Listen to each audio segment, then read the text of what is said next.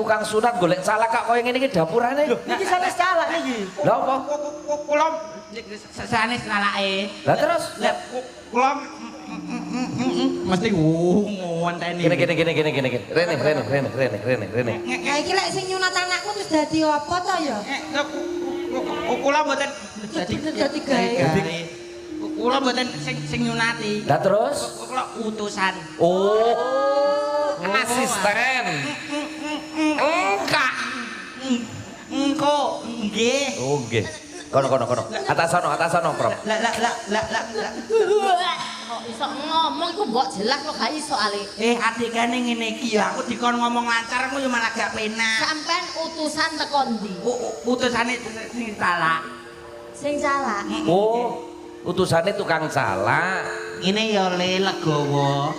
Awakmu tekono ing kademangan. Kayak lego itu